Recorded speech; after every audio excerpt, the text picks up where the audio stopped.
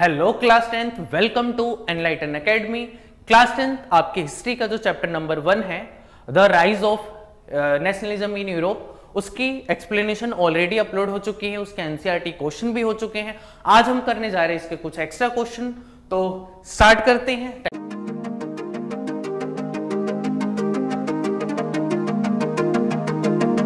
Time waste नहीं करते हैं। तो आपका पहला क्वेश्चन क्या है कि describe the process by which Germany was unified. आपको बताना है कि कैसे आपका जर्मनी यूनिफाई हुआ था।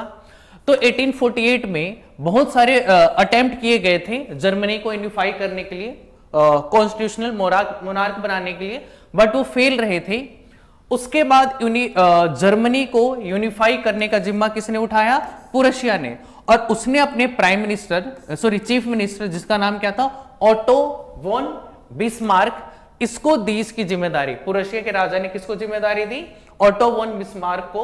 और ये बहुत डिप्लोमेटिक और पावरफुल जो आपके चीफ मिनिस्टर थे, इनकी पॉलिसी थी किसी भी युद्ध को जीतने की। वो क्या थी? Blood and iron. Blood and iron का मतलब बिना वॉर के, बिना खून बहाए हम इटली आपके क्या कहते हैं, जर्मनी को यूनिफाई नहीं कर सकते। तो उन्होंने ये वाली नीति अपनाई, मतलब फाइनली वॉर को चूज किया इन्होंने। उसके बाद 7 साल के अंदर में, 7 ईयर में उन्होंने 3 वॉर लड़ी, जिसमें उन्होंने डेनमार्क, ऑस्ट्रिया और फ्रांस तीनों को हराया। और उसके बाद 1871 में जर्मनी यूनिफाई हो गया। और वहां के जो राजा थे, प्रुशियन किंग जो थे, विलियम कैसर वन, उन्होंने अपने आप को जर्मन एम्पायर डिक्लेयर कर दिया। क्लियर है चीज? चलते हैं नेक्स्ट क्वेश्चन पे। नेक्स्ट क्वेश्चन आपका क्या है? आपको प्रोसेस बताना है यूनिफिकेशन ऑफ इटली का। तो इटली वैसे 7 पार्ट में डिवाइड था। फाइनली जो गौजब मजीनी था 1830 में, उन्होंने बहुत सारे ऐसे प्रोग्राम चलाए, बहुत सारे अटेम्प्ट किए कि हम इटली को यूनिफाई कर पाए, बट वो फेल रहे थे। उन्होंने कुछ सीक्रेट सोसाइटीज भी बनाई थी, जैसे यंग इटली और एक यंग यूरोप भी था। ठीक है। After earlier failure, king Victor Emmanuel II took to unify the Italian status through war, and he got the wholehearted support of minister Count de Cavour। तो स्टार्टिंग में उन्होंने बहुत सारे अटेम्प्ट किए थे, बट वो फेल रहे थे। बहुत सारे डिप्लोमेटिक तरीके यूज किए, सारा बेकार रहा था। फाइनली इन्होंने वॉर को चूज किया, और वॉर में इनका साथ दिया उनके मिनिस्टर थे काउंट डी कैवोर, उनके चीफ मिनिस्टर थे, उन्होंने साथ दिया। और इन दोनों ने मिलकर क्या किया? सबसे पहले फ्रांस की हेल्प से, मतलब जो काउंट डी कैवोर थे वो बहुत चतुर पर्सन थे, क्लेवर पर्सन थे, उन्होंने फ्रांस का साथ लिया। और फ्रांस को साथ में उसके बाद जो इटली का नॉर्थ वाला पार्ट था, वहां से सारी ऑस्ट्रेलियन फोर्स को हरा दिया। कब? 1859 में, और उसको अपने अंडर में कर दिया। ठीक है। अच्छा, एक चीज और, जो ये विक्टर इमैनुअल थे, ये सर्डेनिया पिडामोंट जो था एरिया, उसके वहां के राजा थे, जिसको हम बोल सकते हैं असली इटली वही था। ठीक है। बाकी सब पे कब्जा हो रखा था। आगे उसके बाद now he was able to secure the support of Garibaldi in 1860। Garibaldi led the famous expedition to South Italy। उसके बाद साउथ इटली में गए, सेम वही काउंट डी कैवोर, गैरीबाल्डी और जो लोकल पीजेंट थे, उनकी हेल्प से जो साउथ वाला रीजन था इटली का, उसको भी जीत लिया। और वहां पे जो आपकी बर्बन रूलर्स थे उनको बर्बर रूलर्स थे उनको हटा दिया गया, मतलब उन्हें हरा दिया गया। और उसके बाद जो आपका पूरा इलाका था उस पर कब्जा कर लिया। और फाइनली विक्टर इमैनुअल II ने अपने आप को राजा जो था वो यूनाइटेड इटली का घोषित कर लिया। ठीक है। चलते हैं आगे क्वेश्चन पे। अगला क्वेश्चन क्या है? Why was the Napoleonic rule over other region unpopular with some section of Europe. मतलब नेपोलियन का जो रूल था वो यूरोप के कुछ इलाकों में क्यों अनपॉपुलर रहा, क्यों बेकार रहा, क्यों उसके नेगेटिव रिस्पॉन्स आए? तो उसका रीजन है, पहला, the newly acquired territory had to face increase taxation and censorship. अब ये था कि जितने भी नेपोलियन ने जो भी नई टेरिटरी कब्जे में ली थी, वहां पे टैक्स बढ़ा दिया था। ठीक है। दूसरा, सेंसरशिप का मतलब जो भी वहां पे न्यूज़पेपर छपते थे या कोई भी न्यूज वगैरह छपती थी, तो उस पर रोक लगा दी गई थी कि आप जो मतलब अगर आपको कोई न्यूज छापनी है तो आप नेपोलियन के अगेंस्ट में नहीं छाप सकते थे, यानी आपको पहले परमिशन लेनी पड़ेगी, तो उसे हम कहते हैं सेंसरशिप। तो वो कर दिया था। आगे the forced conscription into French army to conquer. अब होता क्या था कि नेपोलियन जबरदस्ती जो यंग लोग होते थे उनको अपनी आर्मी में जबरदस्ती भर्ती करता था और उनके थ्रू क्या करता था, यूरोप के बाकी एरिया पे कब्जा करता था। तो ये भी ऑलमोस्ट फेल रहा था, क्योंकि जबरदस्ती आप किसी को आर्मी में भर्ती करके और फिर बोलोगे कि हमारे लिए टेरिटरी कब्जा करके लाओ, ठीक है, युद्ध लड़ो, तो कैसे पॉसिबल है, तो वो भी फेल रहा था। आगे एडमिनिस्ट्रेटिव जो भी इलाके उन्होंने कब्जा किए थे उसमें एडमिनिस्ट्रेशन रिफॉर्म जो थे वो नहीं हो पा रहे थे, पॉलिटिकल रिफॉर्म हो रहे थे, वहां का राजा घोषित हो रहा था नेपोलियन, जो भी कब्जा करता वहां को अपने एरिया में काउंट कर लेता था, ठीक है, लेकिन वहां पे एडमिनिस्ट्रेटिव रिफॉर्म नहीं हो रहे थे, वहां पे जो प्रशासनिक व्यवस्था थी वो बहुत ज्यादा खराब थी, ठीक है। और धीरे धीरे पता चला कि पूरे मतलब आसपास का जो पूरा इलाका है वो कंप्लीटली किसके कब्जे में आ गया था, नेपोलियन के कब्जे में। तो इस तरीके से जो था वो इसको प्रॉब्लम फेस करनी पड़ी थी। आगे देखते हैं, identify Cavour telling the part played by him in the unification of Italy. जो काउंट डी कैवोर थे, जो चीफ मिनिस्टर थे, उनका रोल आपको बताना है यूनिफिकेशन ऑफ इटली में। तो the real credit for the unification of Italy goes to Cavour who become the prime minister of Sardinia in 1852। मैंने आपको बताया ना, सर्डेनिया पिडामोंट, एक्चुअली में जो इटली था वो 7 पार्ट में डिवाइड था, जिसमें एक पार्ट आपका सर्डेनिया पिडामोंट था, जिसे हम बोलते हैं वहां पर ही इटली का जो मेन रूलर था वो बैठता था, और वहीं का प्राइम मिनिस्टर कौन बना, count de Cavour. He then dedicated himself his body and soul together to achieve his goal, independence and unification of Italy। उसके बाद जो ये काउंट डी कैवोर साहब थे, इन्होंने अपनी पूरी बॉडी, पूरा तन मन धन सब कुछ लगा दिया किसमें, इटली को यूनाइट करने में, ठीक है। For this purpose he took recourse diplomatic main. उसके बाद ह्यूबरिस एंड स्क्रूड, कहने का मतलब यह है कि उन्होंने क्या कहते हैं, बहुत सारी कूटनीति, चालबाजी, सारी चीजें अपनाई, और फाइनली इन्होंने क्या किया, अपनी कूटनीति डिप्लोमेसी की हेल्प से इन्होंने धीरे धीरे आगे बढ़ते गए। He took side in many ways to attract other state like Lombardy, Modena, Parma and Tuscany. ये कुछ इलाके थे जहां पे राजा थे, इन्होंने डिप्लोमेटिक तरीके से इन सब एरिया के राजा को अपने में मिला लिया, ठीक है। और उसके बाद जो ऑस्ट्रियन योग थे, यानी मतलब पहले ये जो भी इलाके के राजा थे वो इस पक्ष में थे, किसमें, ऑस्ट्रियन जो राजा था ऑस्ट्रियन जिसने कब्जा कर रखा था उसकी साइड में थे, लेकिन अपने डिप्लोमेटिक जो पॉलिसी थी उसकी हेल्प से जो आपका कैवोर साहब थे उन्होंने इन राजाओं को अपने पक्ष में कर लिया था, इससे छीनकर, ठीक है। Finally he had united the whole Italy under Sardinia. उसके बाद कैवोर ने अपने डिप्लोमेटिक पॉलिसी की हेल्प से जो आपका पूरा एरिया था उसको कब्जे में करके और सर्डेनिया पिडामोंट में मिला दिया, और अब क्या हो गया था, पूरी यूनाइटेड इटली बन चुकी थी, ठीक है। आगे outline the feature of Vienna treaty. आपको वियना ट्रीटी के मतलब हाईलाइटेड पॉइंट बताने हैं। तो पहला पॉइंट क्या है, this treaty took place in 1815 eight Vienna.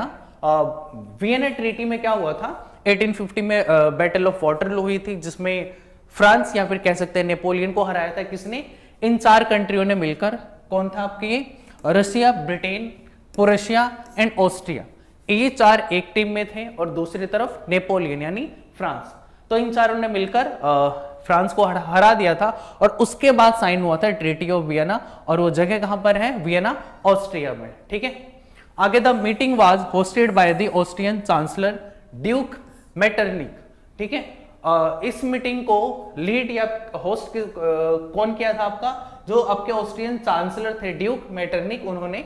The objective of Vienna Congress was to undergoing, अच्छा, वियना कांग्रेस या वियना में वियना ट्रीटी में जो भी साइन होता उसमें यह था कि नेपोलियन ने जो भी चेंजेस किए हैं उसको हटाना और वापस पहले वाली सिचुएशन को रिस्टोर करना।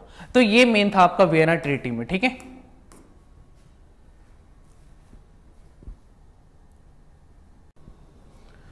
अब चलते हैं नेक्स्ट क्वेश्चन पे। नेक्स्ट क्वेश्चन क्या है अपना, identify king Victor Emmanuel telling the part played by him in the unification of Italy. आपको बताना है कि जो किंग थे इमैनुअल, विक्टर इमैनुअल, उनका क्या रोल रहा था यूनिफिकेशन ऑफ इटली में। तो he was the king of Sardinia who played all revolutionary, who helped all revolutionary, those men aim was to achieve the unification of independence of Italy. जो Sardinia पिडामोंट के राजा थे Victor Emmanuel, उन्होंने जितने भी revolutionaries थे जिनका मेन मकसद क्या था, हमें इटली को यूनिफाई करने का, तो उनको इन्होंने पूरी हेल्प करी आगे। It was Emmanuel who finally completed the task of unification after Cavour had died. अब काउंट डी कैवोर जो थी उनकी पहले ही डेथ हो गई थी, तो इमैनुअल विक्टर इमैनुअल ने ही यूनिफिकेशन का काम आगे बढ़ाया था। जो भी आसपास की छोटी मोटी टेरिटरी बच गई थी उसको अपने में मिलाया था, ठीक है।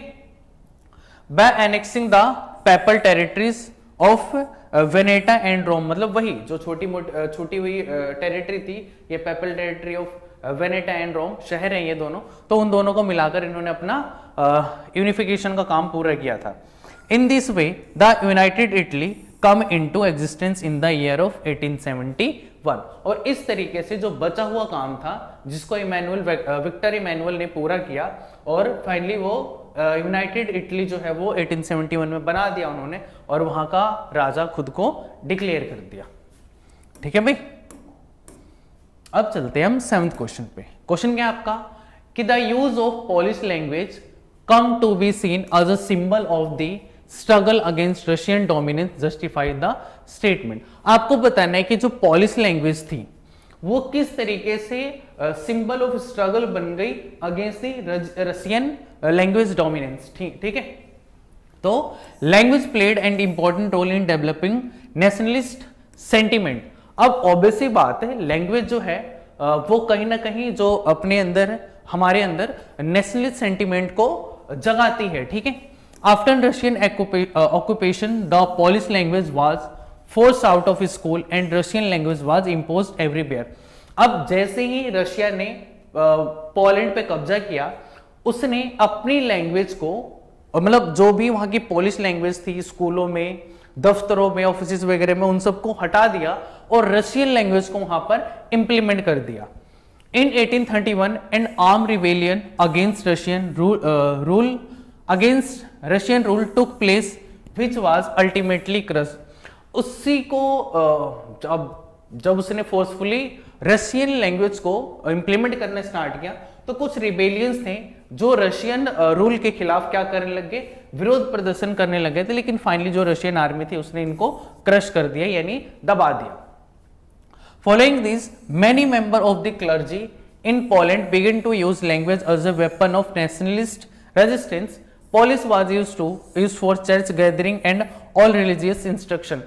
अब रशियन लैंग्वेज के अपोज में जो आपके मतलब पोलैंड के जो भी आपके वो थे पादरी वगैरह थे, चर्च में फादर वगैरह थे, उन्होंने जब भी चर्च की गैदरिंग होती थी तो वहां पर जो भी इंस्ट्रक्शन बोली जाती थी, जो भी चीजें पढ़ी लिखी जाती थी वहां पर वो पोलिश लैंग्वेज में ही पढ़नी, जबकि मना कर रखा था उन्हें, यानी यहाँ पर जो रशियन एडमिनिस्ट्रेशन था उसने मना कर रखा था कि भाई अब यहाँ पे चलेगी कौन सी लैंग्वेज, रशियन। बट इन्होंने उसके अगेंस्ट में क्या किया था, जो भी अपनी रिलीजियस मीटिंग होती थी उनमें जो पोलैंड के लोग थे वो पोलिश लैंग्वेज को ही प्रेफर करते थे।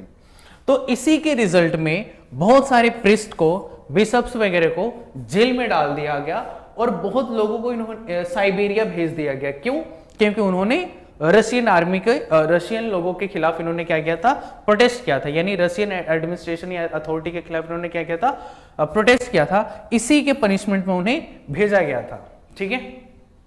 So we can say the use of Polish came to be seen as a symbol of the struggle against Russian dominance. तो इस तरीके से हम कह सकते हैं कि कहीं ना कहीं जो लैंग्वेज है वो नेशनलिस्ट सेंटिमेंट को जगाती है, ठीक है, और जिसकी वजह से हम यहाँ पे प्रोटेस्ट ये लोग कर पाए, ठीक है भाई। आगे चलते हैं।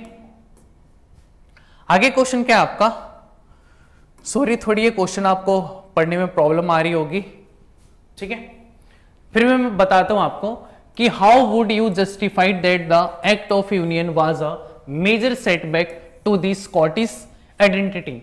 अब ब्रिटेन यानी आप कह सकते हैं कि ब्रिटेन बेसिकली इंग्लैंड और स्कॉटिश यानी स्कॉटलैंड के बीच में एक ट्रीटी साइन हुई थी जिसे हम बोलते हैं एक्ट ऑफ यूनियन।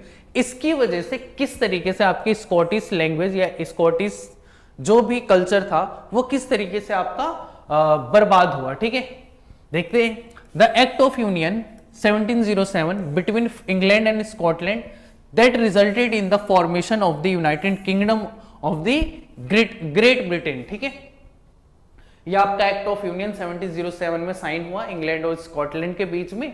ठीक है, अब जिससे यूनाइटेड किंगडम जो था वो बनके तैयार हो गया था।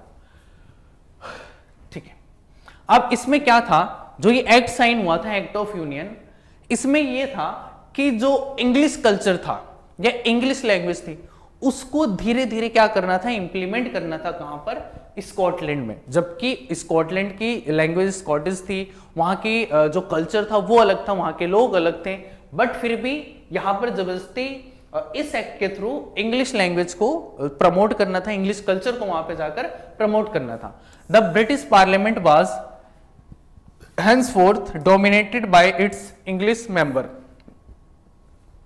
अब वहां के पार्लियामेंट में, कहा कि स्कॉटलैंड के पार्लियामेंट में जो इंग्लिश मेंबर थे वो जाकर क्या करने लग गए थे, डोमिनेट कर लगे थे। बेसिकली ब्रिटिश पार्लियामेंट का ही जो था वहां पर हुकूमत या फिर लॉज वगैरह चलने लग गए थे वहां पर।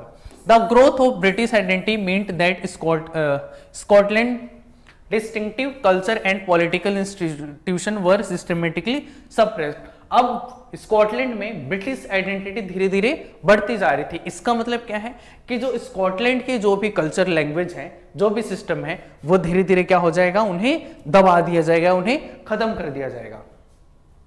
Catholic clans that inhabited in Scottish Highland suffer tribal repression whenever they attempt to assert their independence.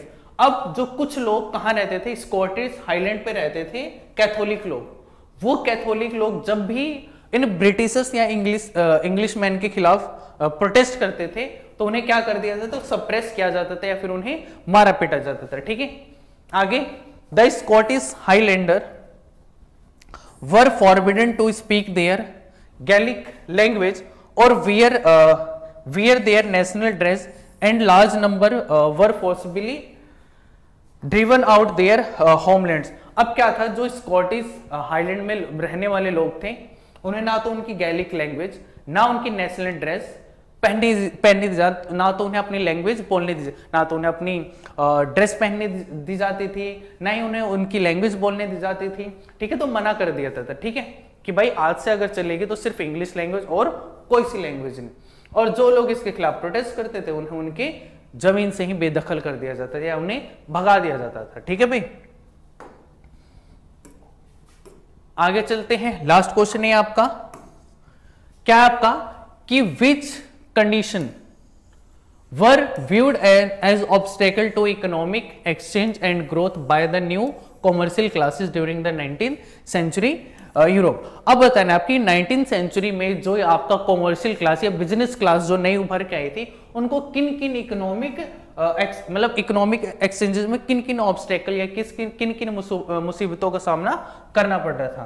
तो उसमें पहला क्या था आपका कि there was enormous increase in population all over Europe. अब क्या था कि जो यूरोप की पॉपुलेशन थी वो बहुत ज्यादा बढ़ती जा रही थी। Population from rural area migrated to the cities to live in overcrowded slums and could not afford to fulfill the basic needs। अब इतनी ज्यादा पॉपुलेशन बढ़ रही थी कि गांव से बहुत सारे लोग माइग्रेट करके कहाँ आ रहे थे, सिटीज में आ रहे थे। और सिटीज में कहाँ रहते थे, ये ओवरक्राउडेड स्लम्स में रहते थे। ठीक है, और ये अपनी बेसिक नीड को भी फुलफिल नहीं कर पा रहे थे। ठीक है, आगे। Unemployment increased in most country, there were more job seekers than employment. अब अनएम्प्लॉयमेंट बहुत ज्यादा बढ़ गया था। अब जो आपकी कंट्री थी उसमें नौकरी लेने वालों की संख्या बहुत ज्यादा बढ़ गई थी। Cheap machine made goods from England were giving stuff competition to small producers of European town. अब जो ब्रिटेन के अंदर क्योंकि इंडस्ट्रियल रेवोल्यूशन आ गया था, तो जो भी चीजें बनती थी ब्रिटेन में वो बहुत चीप प्राइसेस पे बनती थी, क्योंकि मशीनें थी, अच्छी खासी मशीनरी थी, मेहनत बहुत कम लगती थी, ठीक है, टाइम बहुत कम लगता था, तो जो भी मशीन से चीजें बनती थी वो बहुत सस्ती होती थी। इसी की वजह से यूरोपियन टाउन की जो आपकी मार्केट थी उनको ये खा के बैठ चुकी थी, ठीक है। आगे, the price of food inflated many falls due to bad harvest, it lead to a wide spread poverty in European town. अब क्या होता कि फूड के प्राइसेस भी धीरे धीरे बहुत ज्यादा बढ़ गए थे, ठीक है, फूड के प्राइसेस बढ़ गए थे। क्यों? क्योंकि फूड की कमी हो गई थी, और वो क्यों हुई थी? बैड हार्वेस्ट की वजह से, खराब फसल की वजह से। अब इसकी वजह से क्या हुआ था कि यूरोपियन टाउन्स में क्या हो गया, धीरे धीरे प्राइसेस वगैरह बढ़ गए, तो क्योस पूरा मच गया था। तो ये प्रॉब्लम फेस कब करनी पड़ी थी हमें? 19th सेंचुरी में। क्लियर सारी चीजें थी, कुछ एक्स्ट्रा क्वेश्चन थे, अब आपके लिए नेक्स्ट टाइम में मैं लेके आऊंगा क्या, इसके PYQs जो आपके एग्जाम में, बोर्ड एग्जामिनेशन में पूछे जा चुके हैं, ठीक है। तो थैंक यू सो मच इस पूरे लेक्चर को देख